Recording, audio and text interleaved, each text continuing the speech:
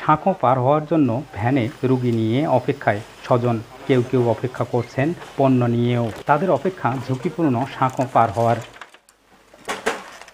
কুড়িগ্রামের রৌমারী উপজেলার খাটিয়ামারী রৌমারী সড়কের সুতিরপাড় এলাকায় কদমতলী খালে 10 বছর আগে নির্মাণ করা হয় বাঁশের সাঁকো। দৈনিক সাঁকোটির উপর দিয়ে ঝুঁকি নিয়ে চলাচল করতে হচ্ছে আশেপাশের 20টি গ্রামের অন্তত 30,000 মানুষের।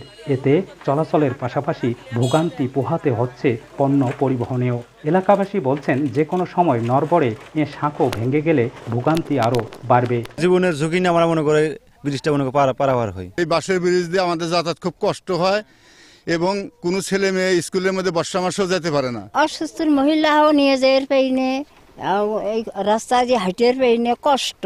হাসপাতাল নিয়ে যাবে নয়, কিন্তু যা পারে না এই জায়গায় ডেলিভারি হয়। আমরা ধান নিয়ে যেতেছি চরে থেকে, অনেক লোকজন ধরে আমরা ব্রিজ পার করে রাস্তা পার হই। এই সুইচ গেটটা একটি বেড়িবাঁধের নাম করে আজকে প্রায় 40 বছর ধরে আমরা এই দুর্ভোগটা ভোগ করে আসতেছি। শিগগিরই বাঁশের সাঁকোর স্থলে নতুন সেতু নির্মাণের গতানুগতিক আশ্বাস উপজেলা প্রশাসনের।